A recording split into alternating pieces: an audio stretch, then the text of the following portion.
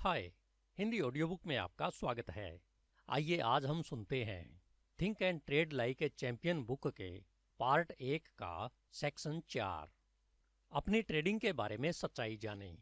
एक बार मुर्गियों में कैंसर पर एक नई दवा के प्रभाव का परीक्षण कर रहे एक चिकित्सा अनुसंधान कार्यकर्ता को यह जानकर बहुत खुशी हुई कि यह उच्च प्रतिशत मामलों में ठीक हो गया है।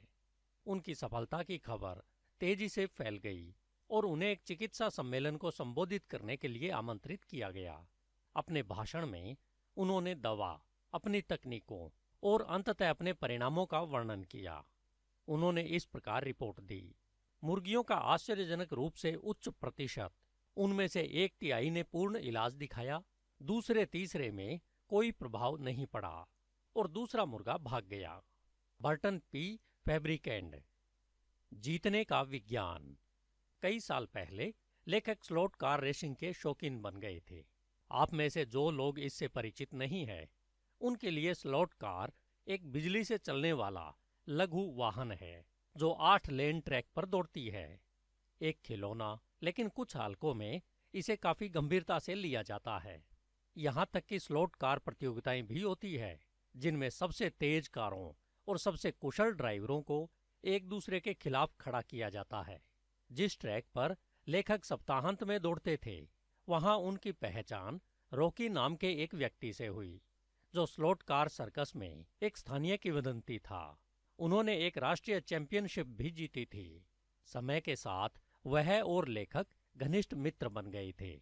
कुछ साल बाद लेखक द्वारा एक स्थानीय प्रतियोगिता जीतने के बाद रात्रि भोज के दौरान रॉकी ने एक कहानी सुनाई कि उसने लेखक को पहली बार स्लॉट कार ट्रैक पर देखा था। उन्होंने कहा, मुझे पता था कि जब मैंने उसे स्टॉप वॉच और नोटबुक के साथ देखा तो उसका मतलब काम से था। यह देखकर मुझे पता चल गया कि वह जीतने आया है। जब लेखक एक आउटडोर स्ट्रिप मॉल से गुजर रहे थे तो उनकी नज़र स्लॉट कार रेसिंग पर पड़ी। उन्होंने एक स्थानीय ट्रैक की खिड़की से देखा और मन में सोचा, वाह, यह तो मजेदार लग रहा है।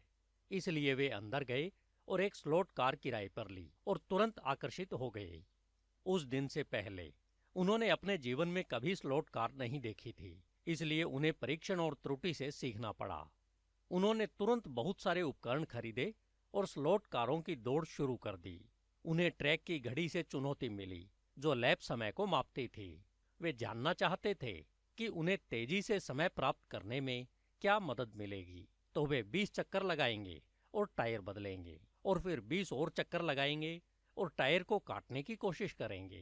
फिर वे एक अलग मोटर या बॉडी स्टाइल आजमाएंगे और 20 और चक्कर लगाएंगे। हर लैप के साथ उन्होंने सावधानीपूर्वक परिणामों को एक नोटबुक में दर्ज किया। उन्होंने सभी प्रकार के समायोजन किए और फिर रिकॉर्ड करने के लिए समय लॉग किया और फिर प्रभाव रिकॉर्ड करने के लिए समय लॉग किया। स्लॉट कार रेसिंग उनके लिए केवल एक शौक था, लेकिन उन्होंने इसे उसी तरह से अपनाया जैसे उन्होंने बाकी सब कुछ किया था। उन्होंने अपने परिणामों पर नजर रखी। जब कुछ गलत हुआ तो उस पर उतना ही ध्यान दिया जब सब कुछ सही था। जब तक वे अपने परिणामों को नहीं मापेंगे, वे अपनी गलतियों को कैसे पहचान सकते हैं और कैसे जान सकते हैं कि कहाँ और कैसे सुधार करना है। वे और कैसे सीख सकते हैं कि क्या काम कर रहा था और क्या प्रतिकूल था। चाहे आप स्लॉट कार रेसिंग या स्टॉक ट्रेडिंग में सुधार के बारे में बात कर रहे हों, माप की शक्ति उन लोगों के लिए एक अमूल्य उपकरण है जिनके पास इसे नियमित रूप से उपयोग करने का अनुशासन है। अपने परिणामों पर नजर रखने से आप अपने और अपने ट्रेड के बारे में वह अंतर्दृष्टि प्राप्त करेंगे जो कोई किताब, सेमिनार, संकेतक या प्रणाली आपको कभी नहीं बता सकती। आपके परिणाम आपके द्वारा किए गए हर काम की उंगलियों के निशान है। ट्रेडों की पहचान करने के आपके मानदंड से लेकर उन्हें निष्पादित करने में आपकी क्षमता और निरंतरता तक, आपके परिणाम आपकी व्यक्तिगत सच्चाई है। बिजनेस में वे कहते हैं, जो मापा जाता है उसे प्रतिबंधित किया जाता है। हालांकि ट्रेडिंग में कई बार चीजें अनियंत्रित हो जाती है। बहुत से लोग नहीं जानते कि अपने परिणामों को क्या और कैसे मापें, या उन्हें लगता है कि यह अनावश्यक है। अधिकांश लोग यह नहीं समझते कि जानकारी का उपयोग कैसे करें और अपनी ट्रेडिंग को बेहतर बनाने के लिए इसे व्यावसायिक तरीके से कैसे लागू करें। लेखक आपको दिखाने जा रहे हैं कि इसे कैसे करें। सबसे पहले अपना सिर रेत से बाहर निकालें। अपने मास्टर ट्रेडर प्रोग्राम वर्कशॉप में लेखक हमेशा यह दिखाने के लिए कहते हैं कि कितने लोग अपने औसत लाभ, औसत हानि और जीतने वाले ट्रेडों का प्रतिशत जानते हैं। पिछले कुछ वर्षों में उन्होंने जो भी सेमिनार दिए हैं, उनमें उन्हें कभी भी कुछ से अधिक हाथ नहीं मिले। विशाल बहुमत इस दुखद सत्य की पुष्टि करता है। बहुत कम ट्रेडर अपने ट्रेड के बारे में सच्चाई जानते हैं। एक पल के लिए इसके बारे में सोचें। यदि आप अपने स्वयं के ट्रेडिंग परिणामों को नहीं जानते हैं, तो आप समझदारी से अपेक्षाएं कैसे निर्धारित कर सकते हैं? यह बिना उपकरण पैनल के विमान उड़ाने जैसा है। यदि आप समतल हैं, तो आपको कैसे पता चलेगा? यदि आप नहीं जानते कि आप किस प्रकार का लाभ कमा रहे हैं, तो आप कैसे जानेंगे कि आपको कितना जोखिम उठाना चाहिए? आप डार्ट बोर्ड पर आंखों पर पट्टी बांधकर भी डार्ट फेंक सकते हैं। कुछ व्यक्ति मन की भावना, अफवाहों, सुझावों या समाचार कहानियों के आधार पर स्टॉक खरीदने और बेचने से आगे निकल जाते हैं। यहाँ तक कि कम ही लोग अपने ट्रेडिंग परिणामों के प्रमुख पहलुओं को मापने के लिए एक अनुशासित दृष्टिकोण अपनाते हैं, जो उचित धारणाओं पर पहुंचने और लगातार ट्रेडिंग सफलता प्राप्त करने के लिए महत्वपूर्ण है। तथ्य यह है कि परिणामों को मापना बहुत लोकप्रिय नहीं है, क्योंकि अधिकांश लोग अपने बुरे ट्रेड को देखना पसंद नहीं करते। वे उनके बारे में इस तरह भूल जाना चाहते हैं, जैसे कि वे थोड़े से प्रयास और अध्ययन से जादुई रूप से सुधार करने जा रहे हैं। ये आलस्य और बड़ी गलती है। शेयर मार्केट में सफलता के लिए पहला कदम अपना दिमाग रेत से बाहर निकालना है, और यह आपके परिणामों के विश्लेषण के बाद शुरू होता है। आपकी ट्रेडिंग के बारे में सबसे मूल्यवान जानकारी आपकी ट्रेडिंग है। अपने आप को ईमानदार रखना। यह शेयर मार्केट में जीवन का एक तथ्य है। आप जो सोचते हैं कि ऐसा होना चाहिए, वह बहुत कम ही पूरी तरह से साकार होता है। वे गुलाबी रंग के चश्मे आपके अपने ट्रेडिंग परिणामों के बारे में आपके दृष्टिकोण को विकृत कर सकते हैं। यानी जब तक आप चीजों को परिप्रेक्ष्य में नहीं रखते और खुद को ईमानदार नहीं रखते। चाहे आप एक नए ट्रेडर हों जिसने मार्केट में शुरुआत ही की हो, या आप कुछ समय से इसमें हैं, आपको निश्चित रूप से अपने परिणामों की एक स्प्रेडशीट रखनी चाहिए। प्रत्येक ट्रेड की रिकॉर्ड करें कि आपने प्रत्येक ट्रेड कहां खरीदा और कहां बेचा। बहुत जल्द आपके पास औसत हार और औसत जीत का ट्रैक रिकॉर्ड और जीत और हार की आवृत्ति होगी। लेखक हर महीने अपने सबसे बड़े लाभ और सबसे बड़े नुकसान पर भी नजर रखते हैं। साथ ही अपने सभी लाभ और हानि के लिए अपने औसत होल्डिंग समय का भी ध्यान रखते हैं। जब आप यह डेटा एकत्र करते हैं और अपनी संख्याओं की गणना करते हैं, तो रणनीतियों को मिश्रित न करें। यदि आप कुछ महीनों के लिए डे ट्रेडर थे और फिर स्विंग ट्रेडिंग या दीर्घकालीन निवेश पर स्विच कर गए, तो आप उन सभी परिणामों के औसत की गणना नहीं करना चाहेंगे। अपने रिकॉर्ड रणनीति विशिष्ट रखें। इस तरह आप प्रत्येक ट्रेड के लिए रिस्क/रिवार्ड अनुपात को नियंत्रित कर सकते हैं। अपने घाटे को X% से अधिक नहीं होने देंगे, क्योंकि आप Z% की आवृत्ति के साथ केवल Y% प्राप्त कर रहे हैं। यह बिल्कुल वही है जो बीमा कंपनियां कुछ जनसांख्यिकीय और उम्र, जीवन शैली और स्वास्थ्य स्थिति जैसे अन्य कारकों के आधार पर समूहीकृत लोगों की जीवन प्रत्याशा को पेश करने के लिए बीमांकित दृष्टिकोण के साथ करती है। समूह की सभी विशेषताओं का विश्लेषण करने के बाद बीमा कंपनी को पता है कि औसतन इस समूह के लोगों की जीवन प्रत्याशा मान लीजिए 77 वर्ष होगी।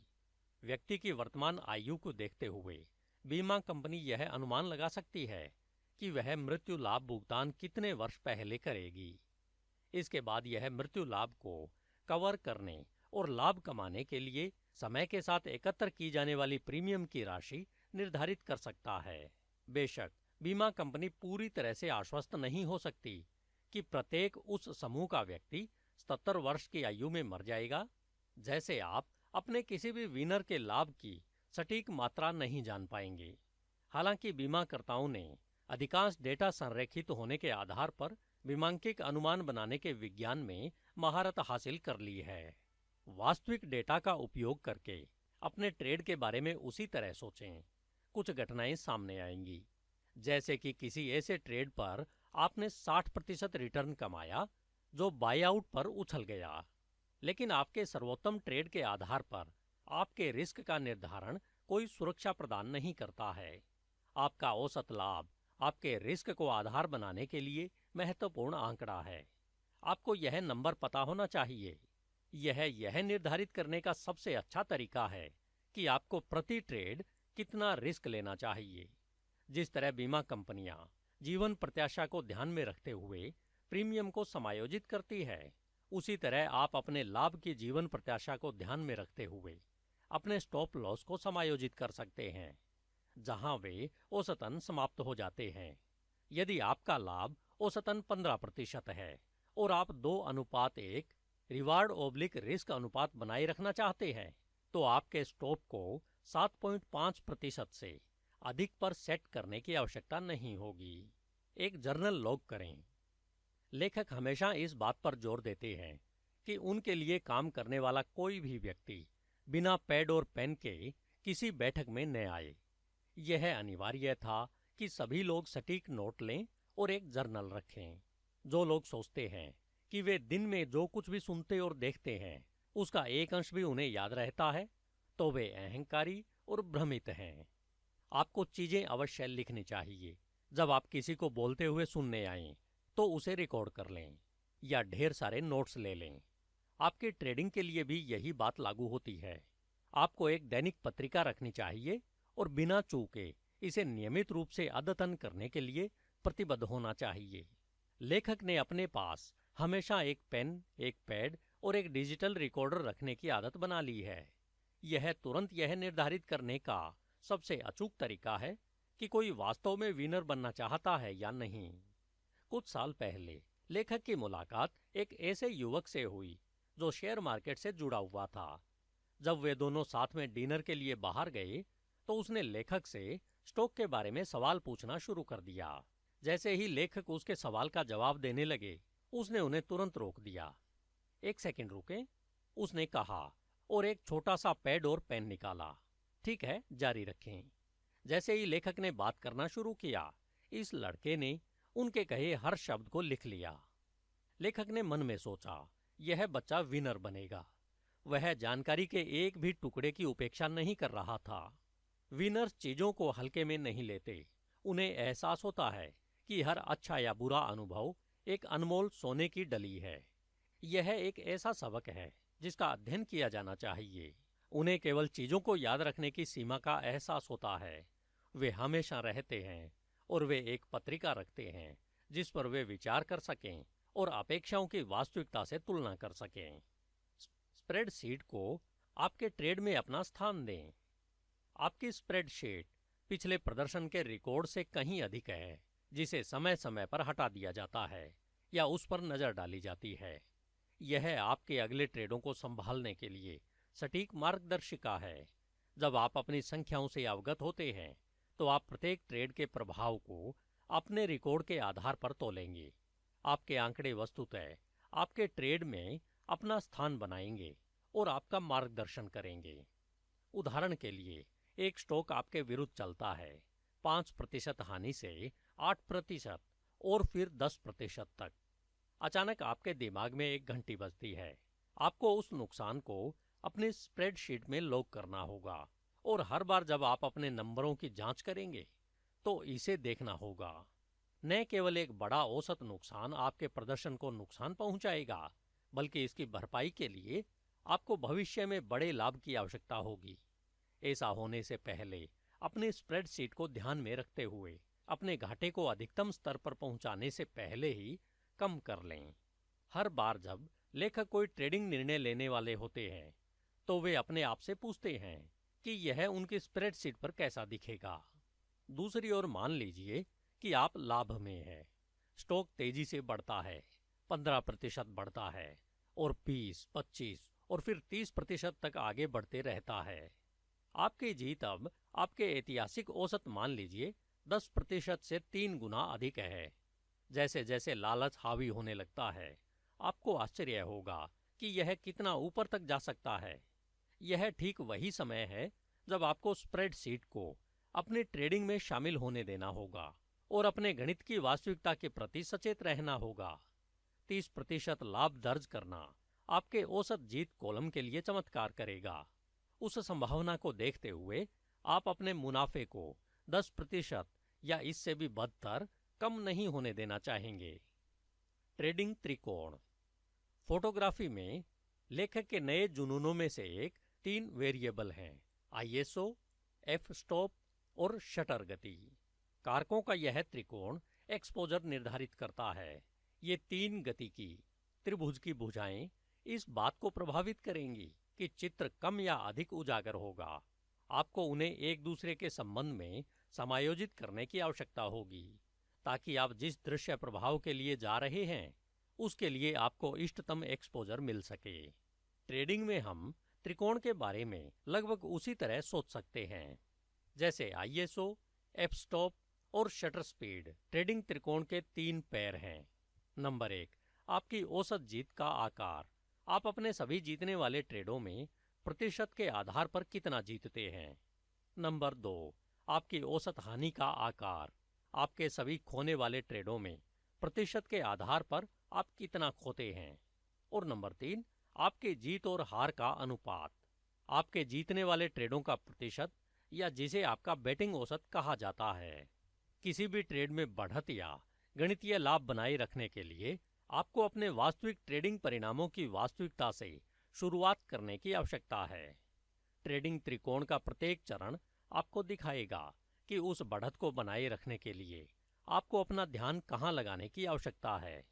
उदाहरण के लिए, यदि आपकी बैटिंग औसत 0.5 है और आपकी औसत हार 6% है तो यह बुरा नहीं है। लेकिन यदि आप पाते हैं कि आपका औसत लाभ केवल 5% है तो लाभदायक होने के लिए आपको या तो अपने जीतने वाले ट्रेडों पर अधिक कमाई करनी होगी, अधिक बार जीतना होगा, या अपने स्टॉप को मजबूत करना होगा और अपने हारने वाले ट्रेडों पर कम खोना होगा।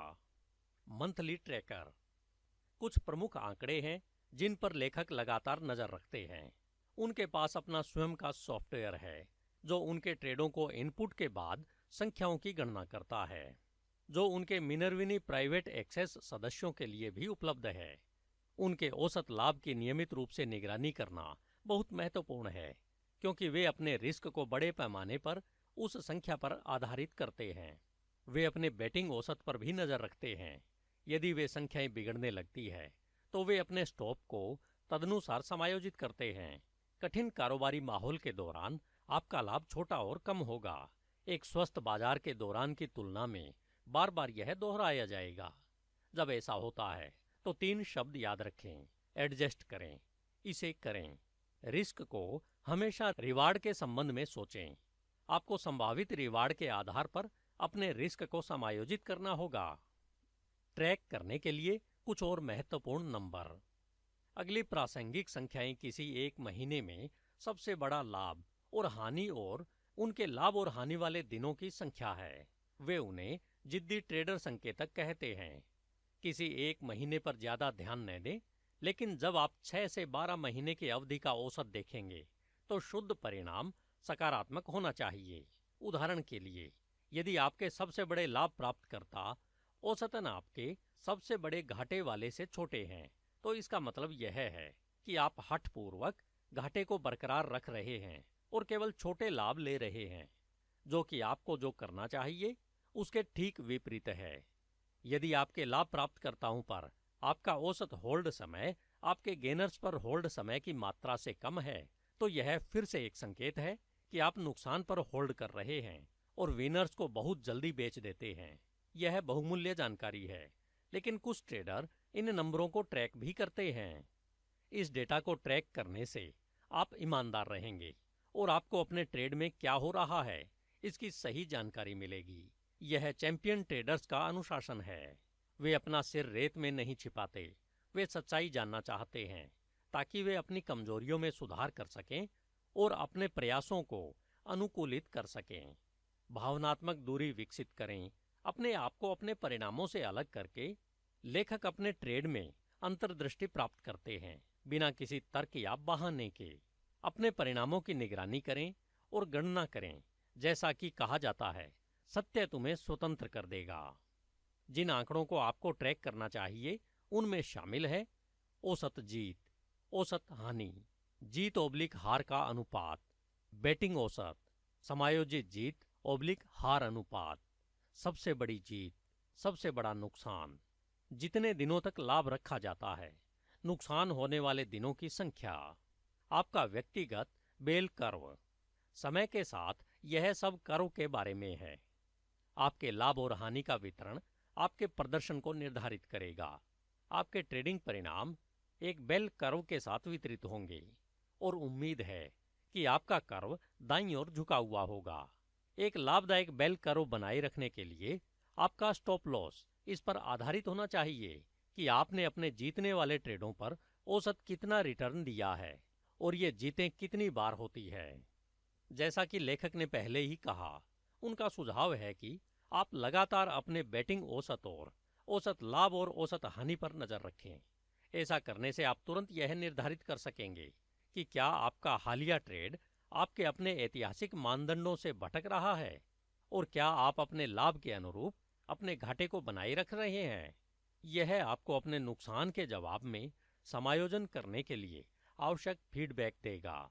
लेखक इस बात पर जोर नहीं दे सकते हैं कि यह जानकारी आपको लगातार और लाभदायक दीर्घकालीन ट्रेडिंग ट्रैक रिकॉर्ड बनाए रखने में कितनी मूल्यवान है। आपके ट्रेडिंग परिणामों से जितना अधिक डेटा आपके पास होगा, वह उतना ही अधिक महत्वपूर्ण होगा और उतनी ही अधिक संभावना होगी कि आपके परिणाम समय के साथ आपकी धारणा के करीब आ जाएंगे। अपने स्वयं के परिणामों पर बारीकी से नजर रखने से आप अपने ट्रेड की नब्ज पर उंगली रख सकते हैं। यदि लेखक अपने घाटे को 10% या उससे कम रखना चाहते हैं, तो इसका मतलब है कि उन्हें अपनी बेल कर्व पर 0 से 10% के बाईं ओर बहुत कम या कोई डेटा नहीं देखना चाहिए। दाईं ओर वे जितना संभव हो उतना डेटा देखना चाहते हैं। वे जो हासिल करना चाहते हैं वह दाईं ओर तिरछा कर्व है। इसका मतलब है कि इसमें उनका घाटा समाहित है, जबकि उन्होंने अपना लाभ चलने दिया। वे यह देखने के लिए नियमित रूप से अपने ट्रेडों के बेल कर्व को देखते हैं कि क्या वे बढ़त बनाए रख रहे हैं। वे अपने बेल कर्व पर 0 से 10% के निशान को दीवार कहते हैं। कुछ समय इसे अंकल पॉइंट कहते हैं। यह अब तक का सबसे बड़ा नुकसान है जो वे उठाना चाहते हैं। औसत नुकसान नहीं, सबसे बड़ा। उनका लक्ष्य द वॉल को कभी भी नुकसान नहीं होने देना है। समय के साथ आपकी अपनी निजी दीवार में कुछ हद तक प्रवेश हो जाएगा। कभी कभी तेजी से टूटने वाले स्टॉक और फिसलन के कारण आपका नुकसान नियंत्रण से बाहर हो जाएगा, लेकिन आपके पास बाईं ओर की तुलना में अधिक करों के दाईं ओर अधिक डेटा होना चाहिए। ज्ञान, जैसा कि वे कहते हैं, शक्ति है। आपकी खुद की ट्रेडिंग का ज्ञान आपको सशक्त बनाएगा, आपके भावनात्मक अनुशासन को मजबूत करेगा और आपको एक बेहतर ट्रेडर बनाएगा। यह आपको सोचने पर मजबूर कर देगा कि आपके लाभ और हानि एक दूसरे के संबंध में कैसे वितरित होते हैं। परिणाम स्वरूप आप बेहतर ट्रेडिंग निर्णय लेंगे, क्योंकि आपके दिमाग में आपके नुकसान का आपके वितरणकारों पर पड़ने वाले प्रभाव और आपके लाभ के विरुद्ध लगने वाले टोल की एक ज्वलंत तस्वीर होगी। आपके वितरणकारों को रस्साकसी के खेल के रूप में सोचें और आप चाहते हैं कि लड़ाई में सही पक्ष जीत जाए। टर्नओवर और अवसर लागत। शेयर मार्केट में समय ही पैसा है और खोया हुआ अवसर भी। लेखक ने पहले ही सीख लिया था कि आपको समय के साथ मिलने वाले छोटे लाभ की शक्ति को कम नहीं आंकना चाहिए। अपेक्षाकृत छोटे लाभ के हाई टर्नओवर का मतलब उच्च लाभ वाले कम टर्नओवर की तुलना में काफी अधिक रिटर्न हो सकता है।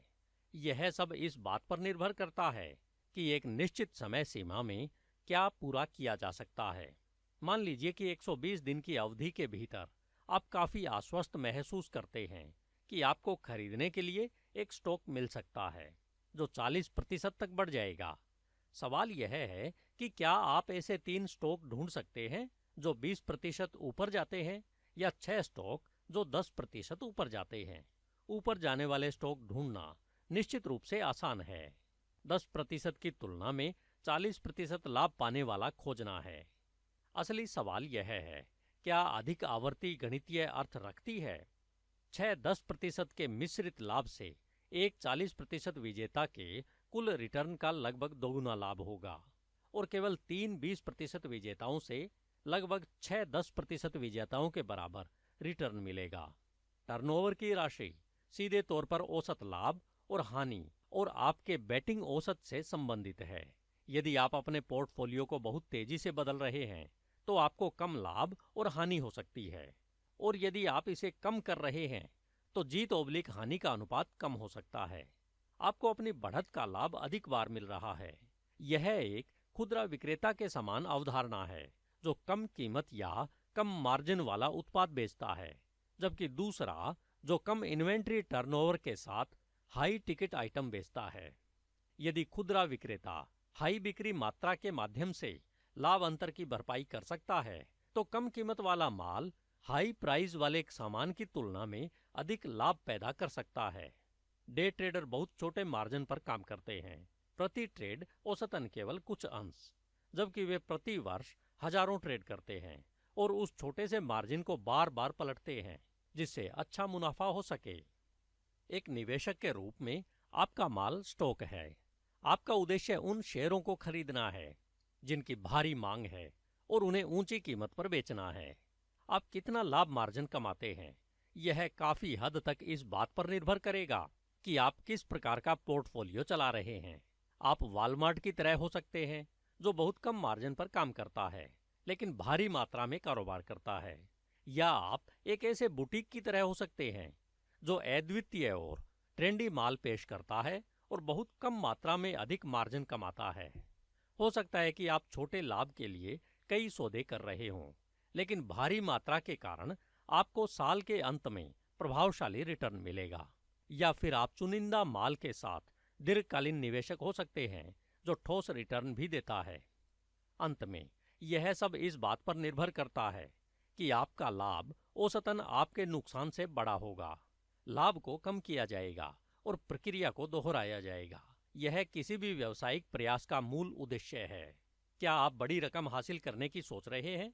भले ही मुट्ठी भर छोटे मुनाफे आपको उतना ही या उससे भी अधिक पैसा कमाएंगे।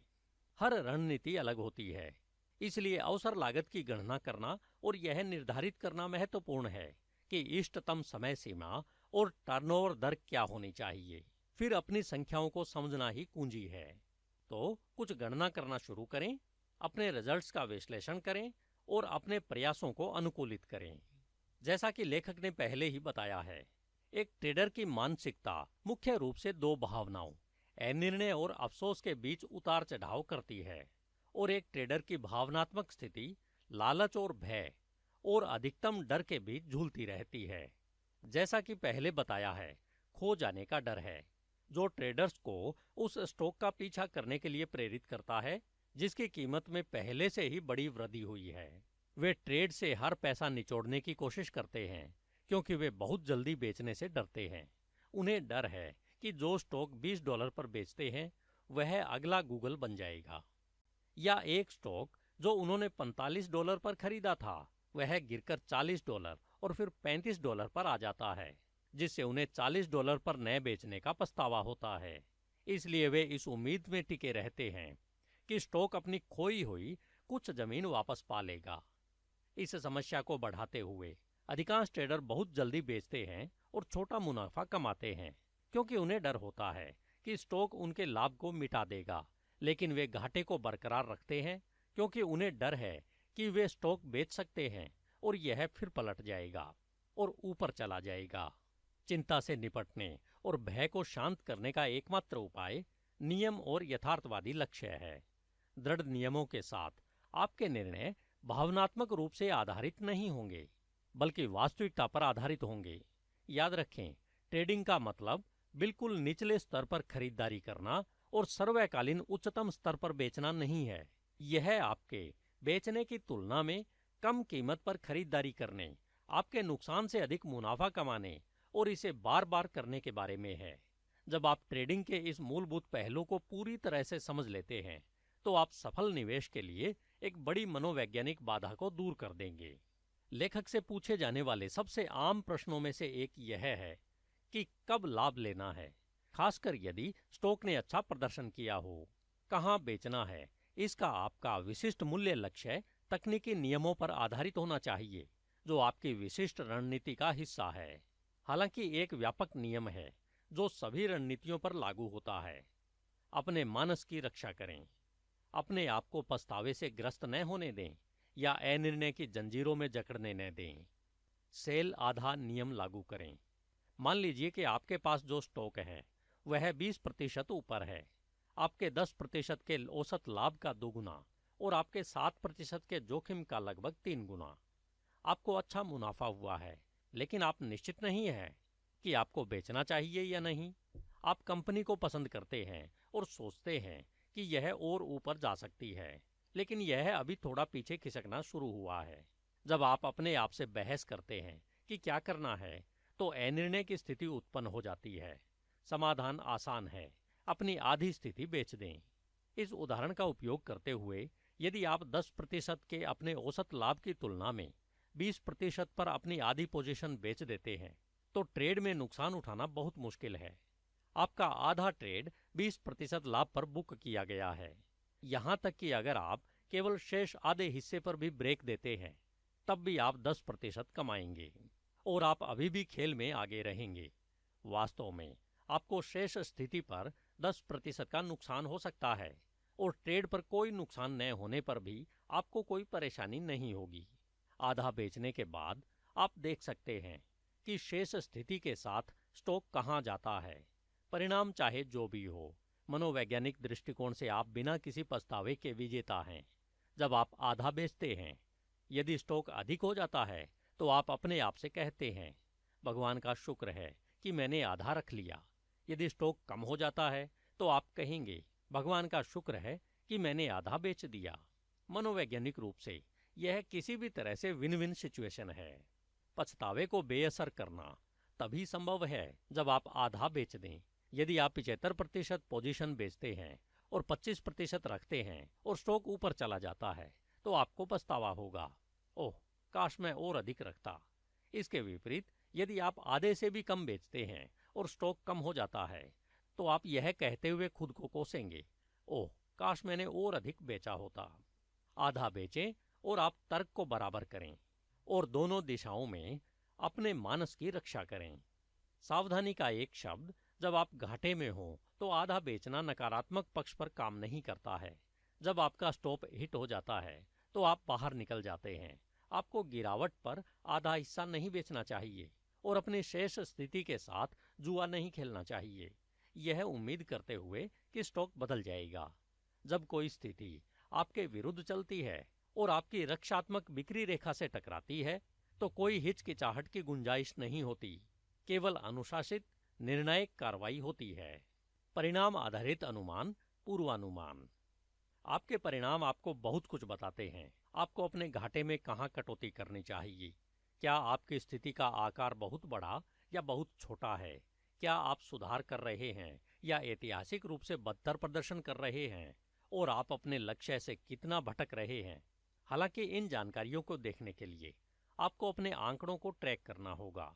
लेखक नियमित रूप से अपने परिणामों की गणना और ट्रैक करते हैं। न केवल वे यह जानते हैं कि उनका औसत लाभ X रहा और उनका औसत घाटा Y रहा है, बल्कि वे समय के साथ अपने वास्तविक रिटर्न भी देखते हैं। फिर जो संख्याएं वे देखते हैं, उसके आधार पर वे अनुमान लगा सकते हैं कि भविष्य में क्या उम्मीद कर सकते हैं। यदि ये परिणाम उनके उद्देश्य से मेल खाते हैं, तो उनका दृष्टिकोण अच्छा है। यदि वे जहां होना चाहते हैं वहां से चूक रहे हैं, तो वे देख सकते हैं कि क्या समायोजन करने की आवश्यकता है। वास्तविक रिजल्ट के साथ काम करते हुए आप संख्याओं के साथ प्रयोग कर सकते हैं और निर्धारित कर सकते हैं कि क्या यथार्थवादी है और क्या नहीं। उदाहरण के लिए मान लें कि आपके पास $2 लाख का पोर्टफोलियो है और आपकी स्थिति का आकार 25% है। आपका वांछित रिटर्न 40% है। आपका औसत लाभ 14% है और आपकी औसत हानि 7% है और बैटिंग औसत 46% है। अब इन परिणामों के आधार पर उस 40% लक्ष्य को प्राप्त करने के लिए आपको लगभग 60% ट्रेड करने की आवश्यकता होगी। अब आपको अपनी ट्रेडिंग शैली के साथ खुद से यह पूछने की जरूरत है कि ट्रेड करने के 60 अवसर ढूंढने में कितना समय लगेगा। आपके अपने इतिहास के आधार पर यह संभावना हो सकती है कि आपको प्रति वर्ष 80 या 90 ट्रेडिंग अवसर मिलें, या शायद इससे भी अधिक। यदि हाँ, तो आपके पास न केवल वह 40% हासिल करने का अवसर है, बल्कि शायद इसे दोगुना या तिगुना भी करने का अवसर है। या शायद आपको लगता है कि आपको अपनी स्थिति का आकार बदलना चाहिए।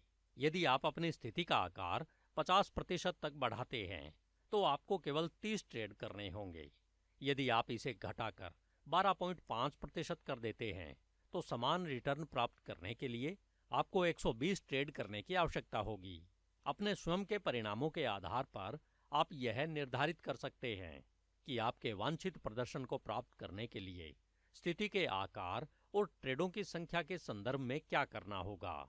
यदि आप एक शॉर्ट टर्म ट्रेडर हैं, तो आपके पास ट्रेड के बहुत अधिक अवसर होंगे। हालांकि आपका लाभ और हानि स्विंग ट्रेडर या दीर्घकालीन निवेशक की तुलना में बहुत कम होने की संभावना है। आप 1 या 2 अंक के लाभ या आधे अंक के नुकसान के लिए अंदर बाहर हो सकते हैं। हालांकि आप ऐसा बार बार करेंगे। यदि आप दीर्घकालीन ट्रेडर हैं, तो आपके पास बहुत कम अवसर होंगे, लेकिन आपका औसत लाभ बड़ा होगा। मुख्य बात यह है कि अपने रिजल्ट्स को अधिकतम करने का सर्वोत्तम तरीका पता लगाया जाए।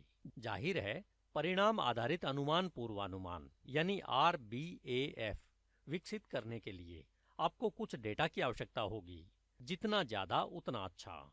जब आप शुरुआत कर रहे होंगे, तो आपके पास विश्लेषण करने के लिए अधिक परिणाम नहीं होंगे। इसलिए जितनी जल्दी आप शुरुआत करेंगे, उतनी जल्दी आप मूल्यवान डेटा से लैस होंगे।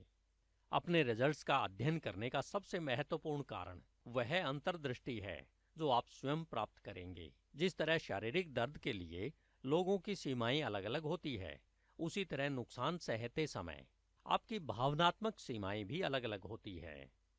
लालच पर नियंत्रण। ये भावनात्मक ट्रिगर ही आपकी ट्रेडिंग रणनीति पर किसी भी चीज से अधिक हावी होते हैं। लेखक कहते हैं कि उन्हें एक ऐसा व्यक्ति दिखाओ जो हर एक ट्रेड करता हो, जिसे उसका सिस्टम पहचानता हो। जब तक आपके ट्रेडिंग रूम में एक ब्लैक बॉक्स चालू नहीं होता है और आप दिन के अंत में केवल प्रॉफिट एंड लॉस का प्रिंट आउट लेते हैं, आपकी संभावनाएं आपके परिणामों को प्रभावित करती है। आपका भावनात्मक श्रृंगार वह धागा है जो आपके हर काम से गुजरता है। इसलिए आपके रिजल्ट्स हर चीज का आधार है। आपकी रणनीति, आपका कार्यान्वयन, आपके कमीशन और आपकी भावनाएं। आप अपनी स्प्रेडशीट पर जो संख्याएं देखते हैं, वे आपकी भावनाओं सहित आपके ट्रेड में आने वाली हर चीज से उत्पन्न होती है। इसलिए जो मायने रखता है वह अंतिम संख्या है, आपके परिणाम। इससे कोई फर्क नहीं पड़ता कि आपकी रणनीति 100% हासिल करने में सक्षम है, लेकिन आप 10% लाभ के बाद बाहर निकल जाते हैं। एकमात्र चीज जो मायने रखती है वह आपके रिजल्ट्स की अंतिम रेखा है, और अब तक आपने जो किया है उसके आधार पर आप यह निर्धारित करने के लिए RBAF को नियोजित कर सकते हैं कि आप संभावित रूप से कहां जा सकते हैं और वहां पहुंचने के लिए क्या करना होगा। समायोजित करना या न समायोजित करना। वे कहते हैं कि यदि आप संख्याओं पर काफी देर तक अत्याचार करते हैं, तो वे आपको वही बताएंगे जो आप सुनना चाहते हैं, इससे पहले कि आप अपनी मेहनत की कमाई को जोखिम में डालें।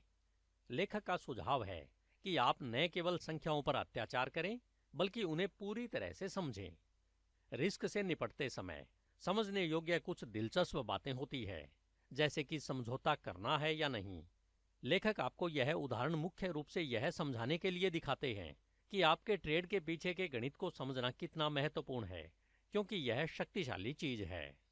यदि आपको लेखक पर विश्वास नहीं है, तो निम्नलिखित पर विचार करें। 2 ट्रेडर, लैरी और स्टुअर्ट, प्रत्येक $1,00,000 से शुरू करते हैं और उनमें से प्रत्येक ठीक उसी प्रणाली का अनुसरण करते हुए 24 ट्रेड करते हैं। वे बिल्कुल एक ही समय पर और एक ही कीमत पर खरीदते और बेचते हैं। 24 में से 12 ट्रेडों में से प्रत्येक में 50% लाभ होता है। अन्य 12 ट्रेडों में से प्रत्येक में 40% हानि होती है। 24 ट्रेड पूरे होने तक लाभ और हानि 50% से ऊपर और 40% तक आगे पीछे होती रहती है। अब परिणामों के लिए एक ट्रेडर 120% का लाभ कमाता है, जिससे उसका खाता $2,20,000 पर पहुंच जाता है। दूसरे को 71.25% या $71,750 का नुकसान होता है, जिससे उसका खाता केवल $28,250 रह जाता है। यह कैसे संभव है? ट्रेडर लैरी ने अपने रिटर्न का पुनर्निवेश न करने का निर्णय लिया। वह बस प्रत्येक ट्रेड में एक निश्चित राशि दांव पर लगाता है और मुनाफे का पुनर्निवेश नहीं करता है। दूसरी ओर ट्रेडर स्टुअर्ट इस प्रकार अपनी पूंजी का पुनर्निवेश करता है। कौन सी बेहतर रणनीति है, पुनर्निवेश न करना या पुनर्निवेश करना और चक्रवृद्धि करना? परिणाम आपको आश्चर्यचकित कर सकते हैं। वह करें जो अधिकांश ट्रेडर नहीं करते। हम सभी को यह बताया गया है कि एक स्वस्थ जीवन शैली स्वस्थ आदतें विकसित करने से आती है। यह क्रैश डाइट या अचानक यह निर्णय लेना नहीं है कि आप बाहर जाकर बिना प्रशिक्षण के मैराथन दौड़ने जा रहे हैं। स्वस्थ रहना उन सभी चीजों का योग है जो आप प्रतिदिन करते हैं। आप कैसे खाते हैं, आप कितनी बार व्यायाम करते हैं इत्यादि। समय के साथ आपको यह भी चुनाव नहीं करना पड़ेगा कि क्या करना है या क्या नहीं करना है। आपकी स्वस्थ आदतें गहराई से रची बसी होंगी। ट्रेड में भी स्वस्थ दिनचर्याएं होती है। लेखक उन्हें जीवन शैली की आदतें कहते हैं, जिन्हें दूसरी प्रकृति बनने की आवश्यकता होती है, जैसे सुबह उठना और अपने दांत ब्रश करना या कसरत करने के लिए जिम जाना। ये आदतें आपके ट्रेडिंग जीवन शैली का हिस्सा बन जाएंगी और एक बार विकसित होने के बाद ये आदतें आपको प्रगति करने और आपके आराम क्षेत्र का विस्तार करने में मदद करेंगी।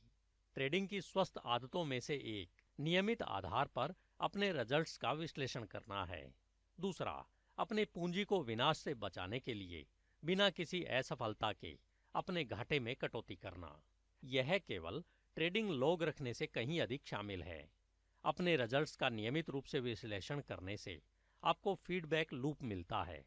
किसी भी फीडबैक लूप का मूल आधार यह है कि यह एक सिस्टम के भीतर विनिमय या स्वशासन की अनुमति देता है। फीडबैक सीखने में भी सुविधा प्रदान करता है।